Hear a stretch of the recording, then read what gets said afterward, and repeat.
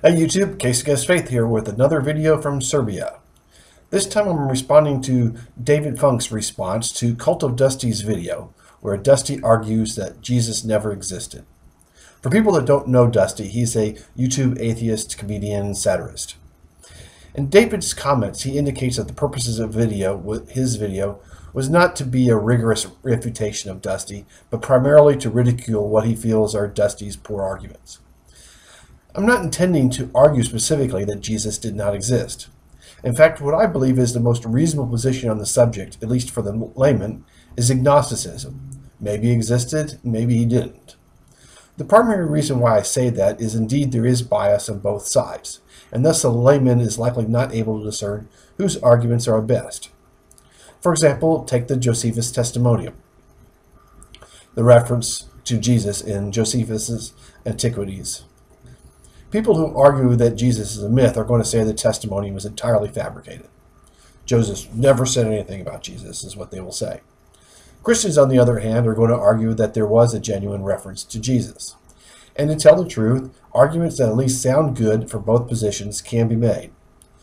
Thus, a reasonable position for the layman is to be agnostic about at least the testimonium claim.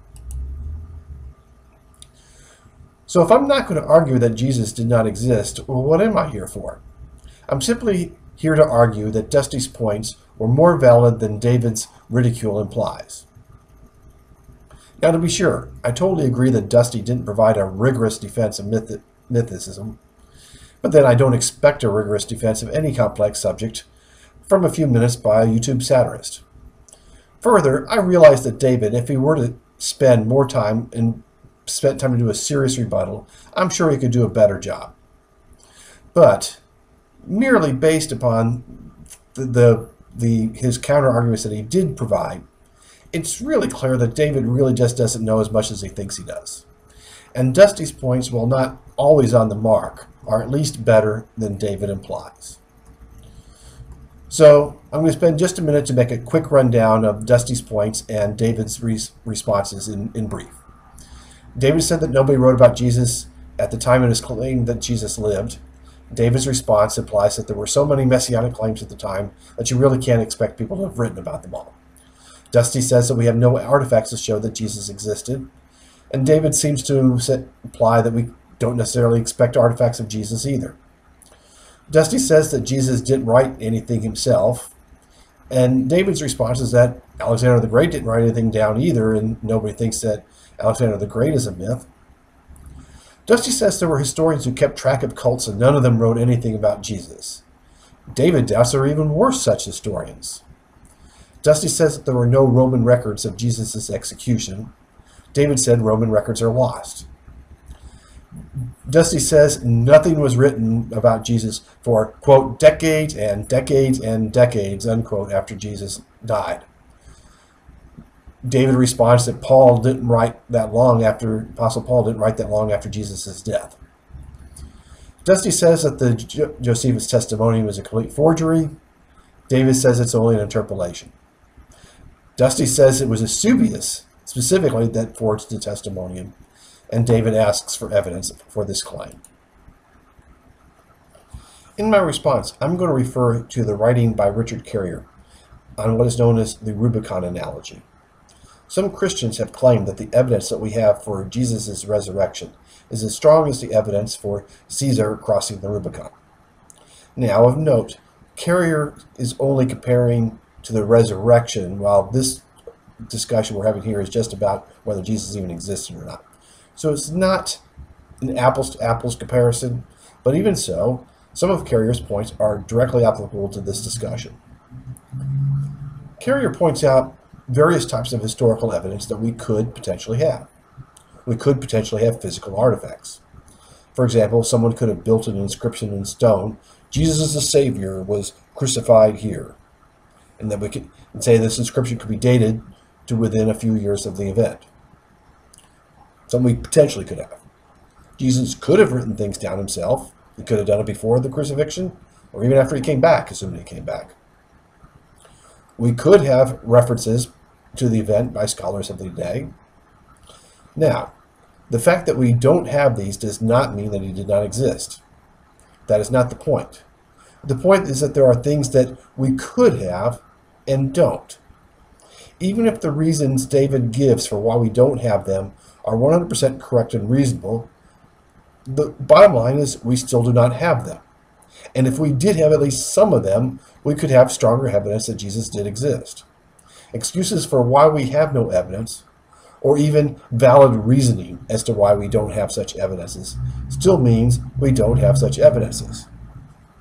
As far as David's comparison to Alexander the Great, David is correct that we don't have anything written by him. Further, as many Christians point out, much of what we think we know about Alexander the Great comes from potentially biased sources long after Alexander the Great lived. But that said, we still do have some of the potential pieces of evidences that we do not have for Jesus. We do indeed have contemporary references to Alexander the Great when he lived. We have physical artifacts in regards to his battles. Thus, while we don't have every possible type of data for Alexander the Great that we might like to have, we still have much more than we do for Jesus.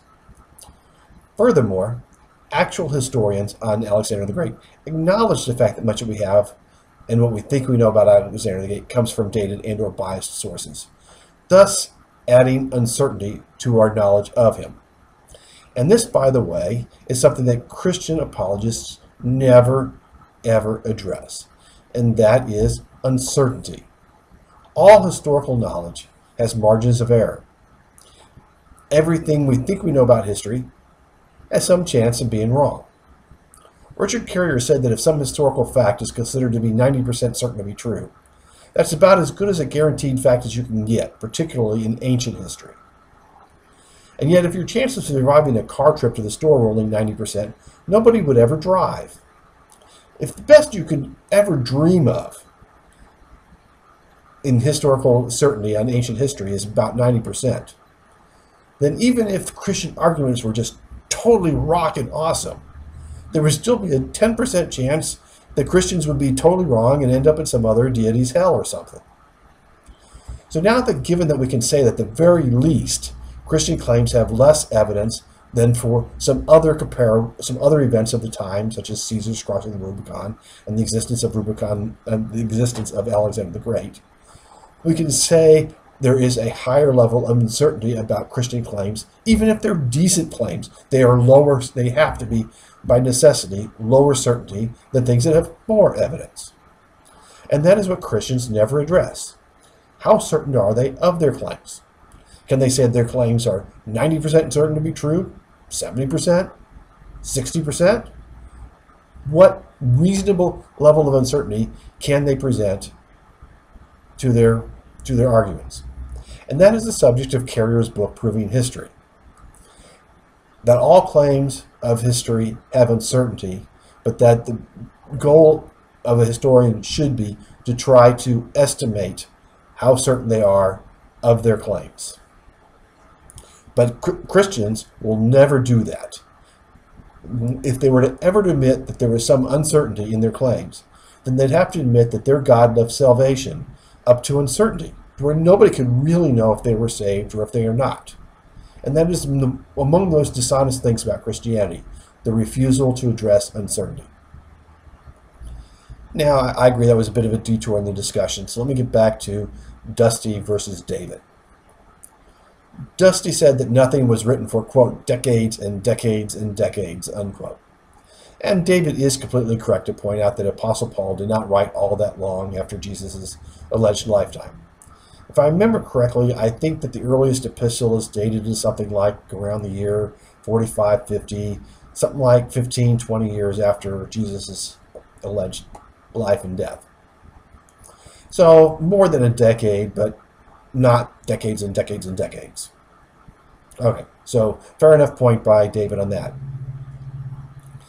And I would even go so far as to concede that Paul is probably the biggest challenge for the mythist theory.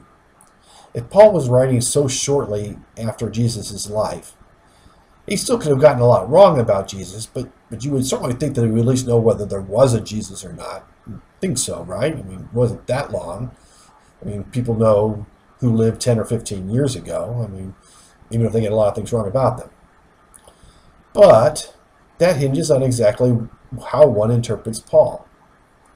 Many mythists assert that Paul only understood Jesus as a spiritual entity, one lower than God the Father, but still a spirit. Now, counterpoint is that Paul does seem to, on at least a few occasions, refer to Jesus as a man and describe some seemingly physical things that happened to him, such as the crucifixion, which would seem to be contradictory to the claim that Paul only saw him as a spirit. Now, mythists like Errol Dougherty and Richard Carrier have explanations for these apparent anomalies, but I have no intention of trying to defend them. The point, like I said earlier about Josephus, is that it's really hard for a layman to comprehend. To really evaluate the arguments by the mythists and the Christians really takes a pretty good understanding of the historical context of what religions, beliefs people had at the time, what the different trains of thoughts were. And for a layman that may not really know that much about the various schools of thought at the time, I mean, are you really going to be able to honestly discern, whether, the mythist interpretation of Paul is correct or the Christian? I don't think so. So I would say that the best thing to do would be to be agnostic on that issue. At least that's my position. Now, speaking of Josephus, as I said earlier, I agree that it is totally reasonable for someone on the fence as to whether or not the testimony was legitimate or not to suspect bias on both sides. So, that said, I'm going to present what I think are at least some pretty good arguments to conclude that the testimonium is a complete fabrication. The full testimonium speaks of Jesus in glowing terms, and most Christians are willing to admit that Josephus never converted to Christianity, remained a Jew, and likely would have never have spoken of Jesus in such glowing terms. Therefore, Christians generally admit that there were Christian interpolations of the text, as David did in his video. And the Christians will generally conclude that what Josephus actually wrote was probably a lot more neutral. The problem with that is Josephus probably wouldn't have even written something neutral wouldn't have even written Jesus in neutral terms either.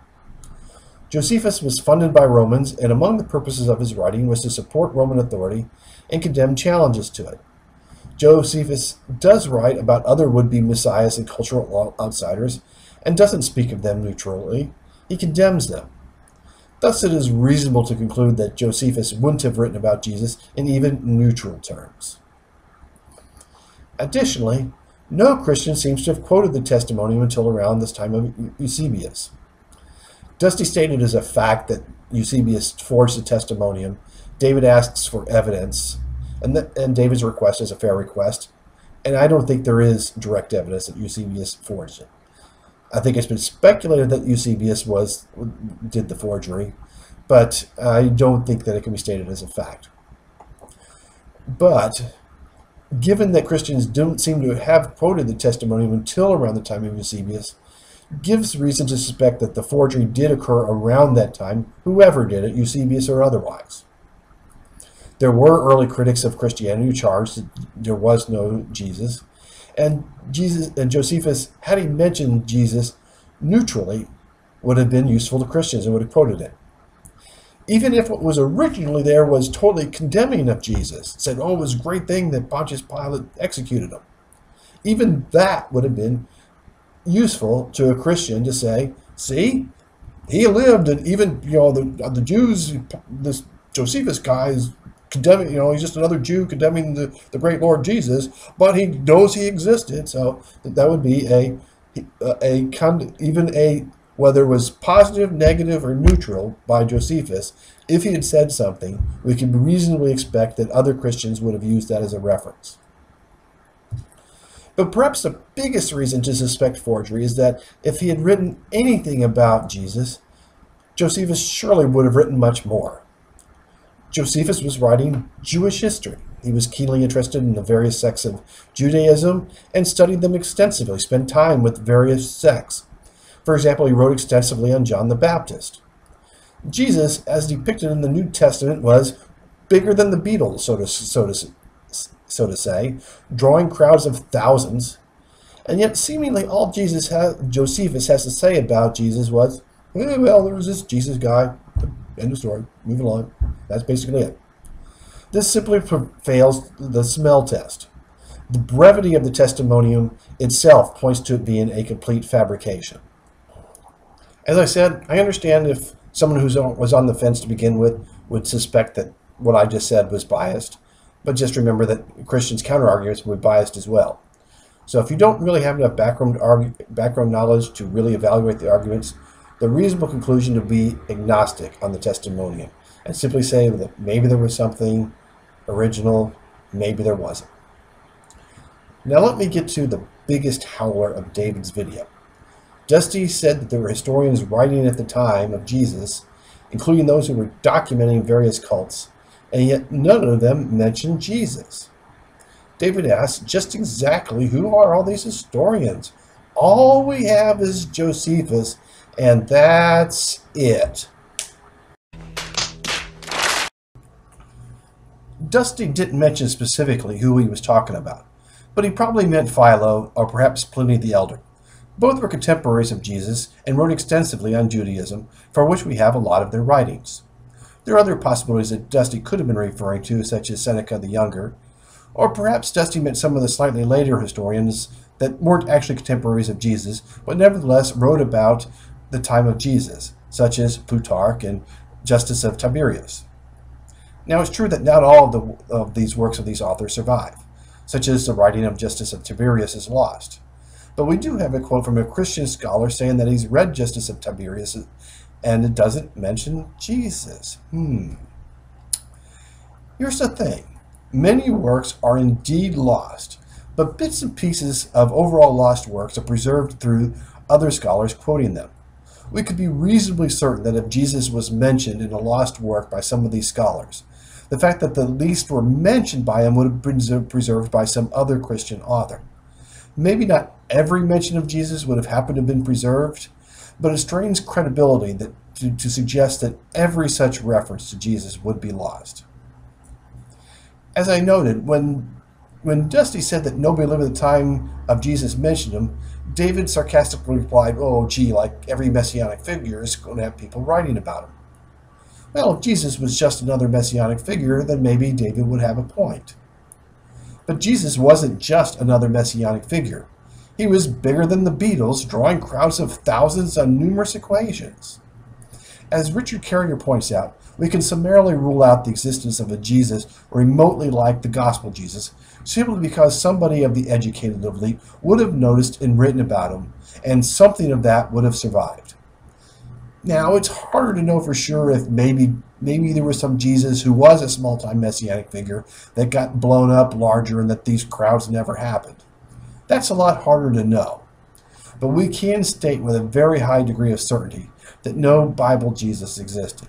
Guaranteed fact, there is no such thing in history, and I readily agree with that. But as the 90% or as reasonably certain as we can be, we can say that there was no Bible Jesus as depicted in the Bible because somebody would have seen him and somebody would have written about him that would have survived, most likely. In conclusion, it is fair to say that Dusty by no means proved that Jesus is a myth, and of course neither have I. I never said I was going to. Still, some of Dusty's points at least point to the possibility that Jesus didn't exist and was purely a myth. I concede that Dusty overstated some things, saying that it was for certain that Eusebius forged the testimonium I don't think he can defend. And he certainly didn't address the issue of Apostle Paul, which I agree was written not long after Jesus' alleged lifetime. And I also agreed that the Apostle Paul's epistles are the strongest case against mythism, but that depends upon how you interpret Paul. But nothing that Dusty said compares to David's howler that there was Josephus and nobody else. I was trying to think of the right words to close with, but then I realized that David took the words right out of my mouth. It's just I don't understand how they can live with themselves being so incorrect. I just don't understand it.